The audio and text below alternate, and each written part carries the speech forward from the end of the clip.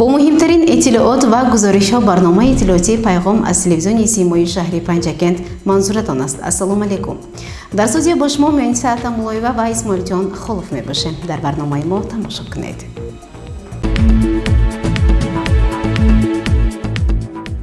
در پرتو دستور سپارش‌های اساسگذاری صلح و وحدت ملی پیشروی ملت، پرزیدنت جمهوری تاجیکستان محترم امامعلی رحمان، رئیس ولایت سوخت رجب‌بای احمدزاده سنه 6 این سال روان از شهر و دهاتی پنجکند دیدن نموده با رفت کارهای آبادانی و سازندگی به مناسبت 30 سالگی استقلالیت دولتی جمهوری تاجیکستان و نقشه کشت کارتوشکا شناس گردید.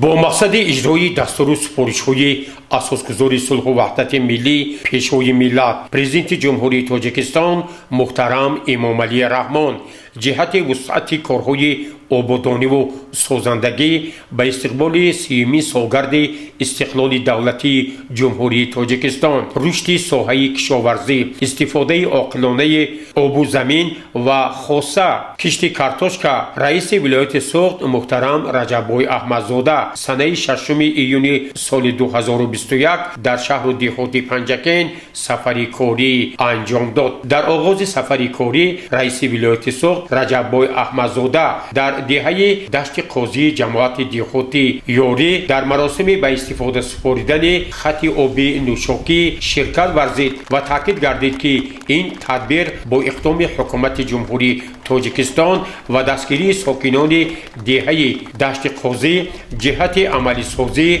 10 ساله بین المللی عمل و برای رشد استوار که از جانب پیشوای معظم ملت در سطح جهانی اعلان شده است عملی گردید و به شرافت این لایحه 3000 نفر ساکنان دهه دشت قاضی و محله های اطراف آن با آب نوشاکی تامین می‌گردند. اینجا در یک فضای تنتنبی خط آب نوشاکی از طرف رئیس ولایت سوخت رجب‌بای احمدزاده گشوده شد و ضمن سخنرانی خیش باری دیگر درباره جشنواره‌های فرخنده 5500 سالگی سرعزم باستان آمادگی به 30 سالگرد استقلال دولتی جمهوری تاجیکستان، تجلیل بزرگداشت 110 سالگی استاد میرزا ترسونزاده، 80 سالگی استاد لایق شیرعلی و دیگر موضوعهای مبرم روز سخن گفته با مردم یک صحبت آشکارا انجام داد. خوانندگان مسائل تحصیلات میانه عمومی و دیگر ساکنان دیه برای چنین توجه و غمخواری عرض سپاس نموده خوانندگان از اشعار شاعران پارچه‌های شعری قرائت نمودند. در جریان سفر کاری رئیس ولایت سوخت رجب‌بای احمدزاده با رفت کشت کارتوشکا و حاصلگیری آن در خواجگی دهقانی اندر جماعت دهاتی لایق شیرعلی شناس گردید. ضمن شناسایی او بار دیگر ایرادهای جدی خویش را به رهبریت ریاست کشاورزی شهر پنجکند متخصصان و رهبریت این خواجگی جهت سری وقت توجه ظاهر نکردن به صفت تخم‌ها، غذادهی زمین، تامین آب و دیگر مسئله های مربوط به دست آوردن حاصل فراوان بیان کرد و بار دیگر اظهار داشت که باید نسبت ساحه کشاورزی مخصوصا رشد کارتوشکا پروری همه راهبران مسئولیت خیلی بلند را احساس نمایند. در خواجگی دهقانی سامانیان جماعت دهاتی لایق شیرعلی رئیس ولایت سوخت با رفت نشء و نموی کارتوشکا شناس گردید و تاکید نمود که در این خواجگی با مسئله آذوقه‌دهی و کشت کارتوشکا نسبتاً توجه بیشتر است و خواه ناخواه دهقانان این خواجگی حاصل خوب به دست می‌آورند. مورد ذکر است که در جریان سفر کاری به شهر پنجکند رئیس ولایت سوخت محترم رجب‌بای احمدزاده از جماعت دهاتی یاری نیز دیدن نمود. اینجا نخست او با فعالیت یک خواجگی دهقانی شناس گردید که از طرف سرور آن برای تامین آب نوشاکی چاه کنده شده همزمان جهت نشء و نمای کارتوشکا تدبیرهای علاوگی اندیشیده شده است. مورد ذکر است که در جماعت دهاتی یاری به استقبال ҷашнвори 30-мин солгарди истиқлолияти давлатии ҷумҳурии Тоҷикистон корҳои ободониву созандагӣ вусъат меёбад. Бо иштироки раиси вилояти Соғд Раҷаббой Аҳмадзода, раиси шаҳри Панҷакен Абдухолиқ Холиқзода ва дигар намояндагони соҳаҳои гуногун ба фаъолияти варзишгоҳи хурди бозии футбол ҳусни оғоз бахшида шуд. Инҷо иттилоъ доданд ки ин варзишгоҳ аз тарафи соҳибкор Иззатулло Раҷабов барои ҷавонони ҷамоати деҳотӣ ёрӣ бунёд шудааст. Зимни як ҷамъомади бошукӯҳ раиси вилояти Соғд Раҷаббой Аҳмадзода ҷиҳати вусъати корҳои созандагиву ободонӣ дар қаламрави кишвар, вилоят ва шаҳри Панҷакен сухан гуфт ва ба иқдоми соҳибкор Иззатулло Раҷабов баҳои баланд дод. Дар деҳаи ёрӣ раиси вилояти Соғд Раҷаббой Аҳмадзода бо бонувон, ҷавонону наврасон як суҳбати ошкору самимӣ анҷом дод. Инҷо хонандагон аз ашъори устод Абу Абдулло Рӯдакӣ, Мирзо Турсунзода ва Лоиқ Шералӣ порчаҳои шеърӣ қироат карданд. мавриди зикр аст ки дар деҳаи ёрӣ боз як иншооти зарурӣ мавриди истифода қарор гирифт. раиси вилояти Соғд Раҷаббой Аҳмадзода бо ҳамроҳии раиси шаҳри Панҷакен Абдухолиқ Холиқзода ба фаъолияти пули замонавӣ дар маркази деҳаи ёрӣ оғоз бахшиданд. Ин пул аз тарафи соҳибкор Ҳаким Қодиров сохта шуда, он барои ҳаракати нақлиёт ва одамон дар ин деҳа ҳаматарафа мусоидат мекунад ки барои чунин иқдоми созанда дар арафаи 30-солагии истиқлолияти давлатии ҷумҳурии Тоҷикистон раиси вилояти Соғд Раҷаббой Аҳмадзода ба соҳибкор Ҳаким Қодиров ва мардуми созандаи ҷамоати деҳоти ёрӣ арзи сипоси хишро баён кард. дар ҷамоати деҳоти Халифа Ҳасан раиси вилояти Соғд Раҷаббой Аҳмадзода бо рафти нашъунамои картошка истифодаи обу замин шинос гардид. инҷо раиси вилоят ба роҳбарони масъул ҷиҳати истифодаи оқилонаи обу замин иродҳои ҷиддии хишро баён кард ва бори дигар изҳор дошт ки бояд дар қаламрави шаҳри Панҷакен ҷиҳати истифодаи оқилонаи замин ва таъмини об набояд мушкилӣ бошад ва бояд инҷо дар мадди аввал масъулияти шахсоне ки дар соҳаи кишоварзӣ роҳбарӣ мекунанд бештар ба мушоҳида расад. дар хоҷагии деҳқонӣ ба номи Тайлонови ҷамоати деҳотӣ Сарас ба раиси вилояти Соғд иттилоъ доданд ки дар ин хоҷагӣ низ соли равон ба соҳаи картошкапарварӣ диққати калон дода шуда, саҳмдорон тасмим гирифтанд ки дар баробари истифода аз обҳои худҷорӣ инчунин бо омода сохтани чоҳҳои гуногун зироатҳоро бо оби полизӣ таъмин намоянд. инҷо низ раиси вилояти Соғд Раҷаббой Аҳмадзода дар баробари пешниҳоди тавсияву маслиҳатҳо ба масъулин баъзе иродҳои ҷиддии хишро ҷиҳати ислоҳи камбудиҳо баён кард. дар ҷарони боздид аз шаҳри бостонии Панҷакен раиси вилояти Соғд бо рафти корҳои ободониву созандагӣ низ таваҷҷӯҳ зоҳир намуд. ба раиси вилояти Соғд пиромони вусъати корҳои ободониву созандагӣ дар назди бинои мақомоти иҷроияи ҳокимияти давлатии шаҳри Панҷакен аз навсозии майдони Шоҳ Исмоили Сомонӣ, бунёди майдони парчам ва нишони давлатии ҷумҳурии Тоҷикистон лоиҳаҳои он пешниҳод гардида иттилоъ дода шуд ки корҳо имрӯзҳо бо суръат давом дорад.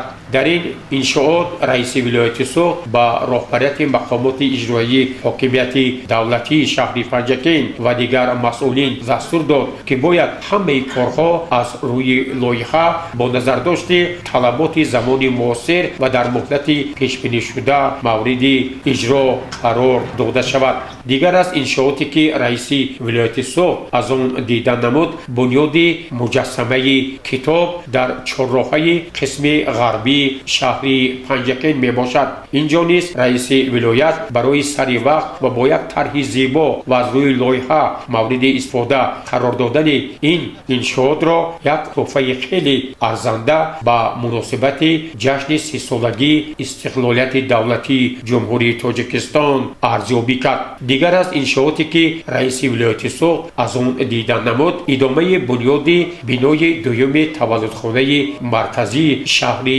پنجکین می باشد که در اینجا نیز اکثر کارها در عرفه انجامیابی قرار دارند. تاکید شد که انشاءات مذکور در عرفه 30مین سالگرد استقلالیت دولتی جمهوری تاجیکستان به استفاده داده خواهد شد. باعث خوشنودی است که با اشتراک رئیس ولایت سوخت محترم رجب‌بای احمدزاده در یک قطار کوچه‌های شهر باستانی پنجکین کارهای تعمیر و ازدالسازی و اسفالت پوشکنی با سرعت آغاز یافت. رئیس ولایت و رهبریت مقامات اجرایی حاکمیت دولتی شهر پنجکین و دیگر مسئولین دستور داد که باید برای هرچه زودتر انجام دادن آباد و زیبا ساختن شهر باستانی پنجکین مخصوصاً ازدالسازی و اسفالت پوش کردن کوچه‌های آن و اینچنین کوچه‌های دیهات تمام تدبیرها عملی گردانیده شود.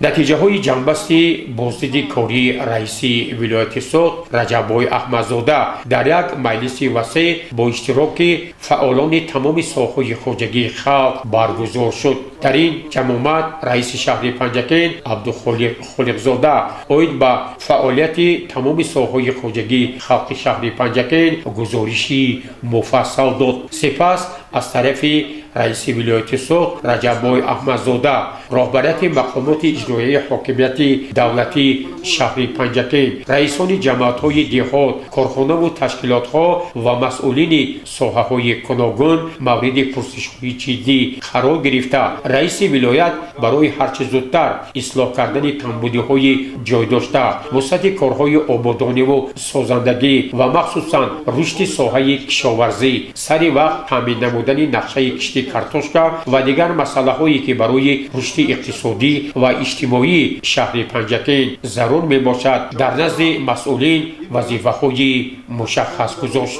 گزارش عباس حماساده و نیک محمد میرجانوف از جریان سفر کاری رئیس ولایت سوخت رجب‌بای احمدزاده به شهر و دیهات پنجکین.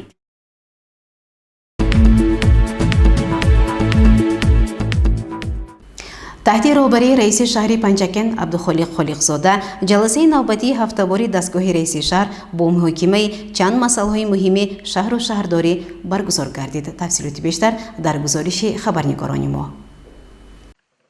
مجلس هفتگی مقامات اجرایی محلی حکومت دولتی تحت رهبری رئیس شهر عبدالخالق خالقزاده برگزار گردیده. در آن چند مسئله شهر و شهرداری مورد محاکمه و خلاصه برآوری قرار گرفتند. در جلسه نخست مسئله کادرها بررسی شد. با قرار رئیس شهر حبیبزاده امید لطفی‌الله بنابر به کار دیگر گذاشتنش از وظیفه رهبری دستگاه رئیس شهر آزاد و با جای او طاهرزاده سنت طاهر رهبری دستگاه رئیس شهر تعیین گردید. رئیس شهر خالقزاده عبدالخالق با حبیبزاده امید لطفی‌الله برای خدمت بسیار ساله اظهار سپاس نمود. در نوبت خود حبیبزاده امید لطفی‌الله برای توجه به رئیس شهر و همکاری سودمند با همکاران منتداری بیان داشت. رئیس شهر خالقزاده عبدالخالق همزمان حاضرین را با امر رئیس شهر آید به وظیفه حقوقشناس مقامات اجرایی محلی حکومت دولت شهر تعیین نموده نظر شناس کرد. در ادامه جلسه عبدالخالق خالقزاده اندیشه‌های خود را از سفر کاری رئیس ولایت سوخت رجب‌بای احمدزاده به شهر پنجکین بیان داشته از رهبران مسئول طلب نمود که جهت اصلاح ایرادهای بیان شده از طرف رئیس ولایت سوخت تدبیرهای ضروری اندیشد. بعداً مسائل تامین اهالی با آب نوشابه، بهتر نمودن سطح خدمترسانی در نقلات مسافربر، آمادگی به تعطیل تابستانی مکتب بچگان، چراغان‌کنی شهر، ترغیب طرز حیات سالم در بین جوانان و چند مسئله مهم شهر و شهرداری محاکمه و رهبران ساحه‌های مختلف وظیفه‌دار کرده شدند.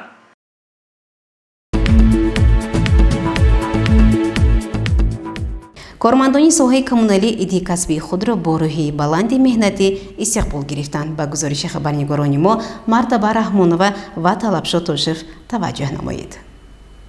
در تالار خردی کوخی فرهنگ شهری پنجکین با اشتراک معاون یکم رئیس شهر سفرزاده محمد صادر روز کارمندان ساحه کمونالی که چون آنانا همسال شنبه اول ماه ایون در مملکت قید می شود تجلیل گردید. چاربینی را دیرکتوری کارخانه دولتی فرعی خواجگی منزلی و کمونالی شهری پنجکین شاهرخ شریپوف آغاز بخشیده حاضرین را با ایدشان تبریک گفت. حاضرین ارجمند مسلم است که همسال شنبه اول ماه ایون در قلمرو کشور عزیزمان تاجیکستان روزی کارمندان ساحه کمونالی تجلیل می گردد.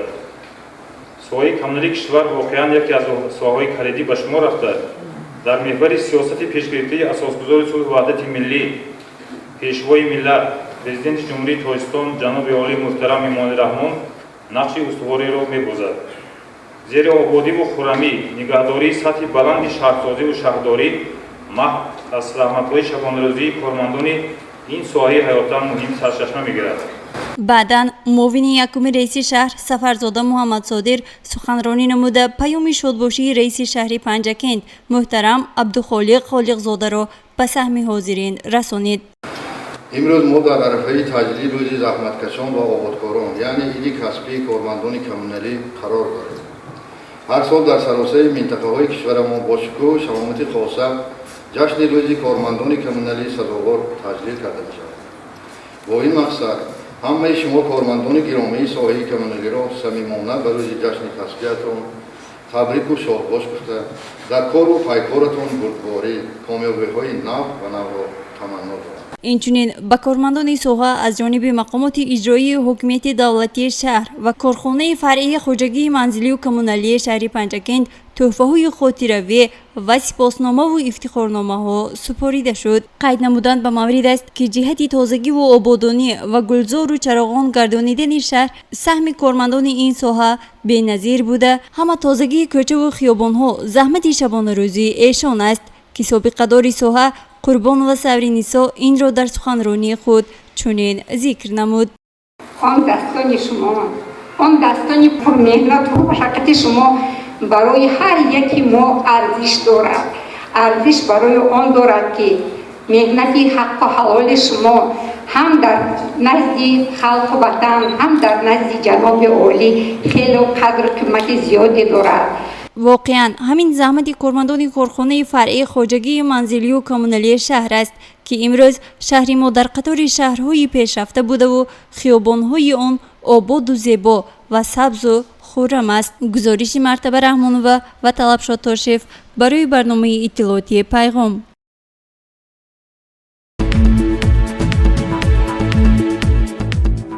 корҳо бобати бунёди иншоотҳои ҷашнӣ аз ҷумла таҷдиди бинои мақомоти иҷроияи ҳокимияти давлатии шаҳр бо суръати баланду сифати хуб идома доранд. хабарнигорони мо дар ин бора гузориш медиҳанд. таваҷҷӯҳ намоед. дар яке аз иншоотҳои зарбдор бахшида ба 30 солагии истиқлолияти давлатии ҷумҳурии Тоҷикистон таҷдиди бинои мақомоти иҷроии маҳаллии ҳокимияти давлатии шаҳр корҳо бо суръати баланду сифати хуб идома доранд ва дар ин мавзӯъ сардори идораи сохтмон ва меъмории шаҳр Беҳзод Раҳимов чунин гуфт.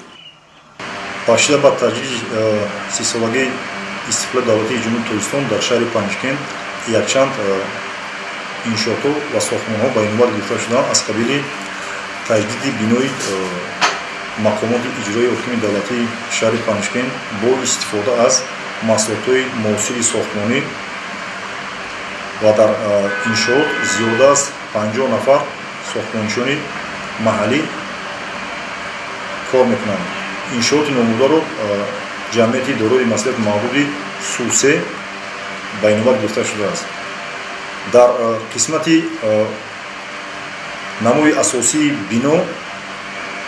бинои ҳукумат пайкараи Шоҳ Исмоили Сомонӣ бо баландии зиёда аз 12 метр ба инобат гирифта шудааст.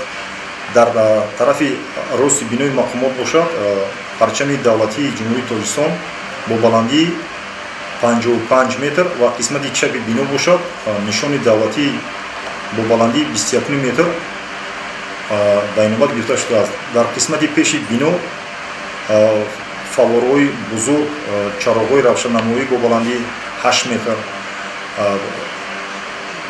ва сафолатпӯш намудани боғчаҳо, гулу бутаҳои ороишӣ ва дигар намудҳои хурди меъморӣ ба инобат гирифта шудаанд. ҷараёни сохтмон дар дигар иншооти ҷашнӣ низ зери назорати мақомоти иҷроии маҳаллии ҳокимияти давлатии шаҳр қарор дорад, ки бунёди рамзи китоб ва дарвози ғарбӣ аз ҷумлаи онҳост. инчунин дар хиёбони рӯдакии шаҳри Панҷакент дар ҳалқаи даврашакли назди муҷассамаи Деваштиш рамзи китоб ба инобат гирифта шудагӣ баландии он 14 метрро ташкил медиҳад. дар худи рамзи китоб бошад дар қисмати поёнӣ фаввора, гулу гулзор намудани гирду атрофи фавора 5 китоб дар қисмати болоӣ бошад 3 китоби муқаддас ва дар қисмати ғарбӣ шаҳр бошад дар дармондгоҳи ҷамоати шаҳраки Саразм дарвозаи ғарбӣ байнувалди ки баландии он бошад 17 метр ташкил медиҳад. Дар дарвоза инчунин қабули пазируи меҳмонон худи парчам бо баландии 50 метр барои қабули пазируи меҳмонон бошад деворнигорҳои муосир байнувад гирифта шуданд. маблағи асосии онро аз тарафи мақомоти иҷрои маҳаллии ҳокимияти давлати шаҳри Панҷкент пардохт менамояд. сохтмони дарвозаи асосиро бошад ҷамъияти савоми шаклаш кушодаи асл сохтмонро байнувад гирифтааст. боиси хурсандӣ мебошад ки дар иншоотҳои ҷашнӣ аз муталош ва кӯшиш баҳри таъмини нақшаҳои ҳаррӯза эҳсос мегардад ва бо боварӣ метавон гуфт ки бинокорони гулдасти панҷакентӣ ба ваъдаи хеш яъне сазовор истиқбол гирифтани 30-солагии истиқлолияти давлати ҷумҳурии Tojikiston албатта вафо хоҳанд кард.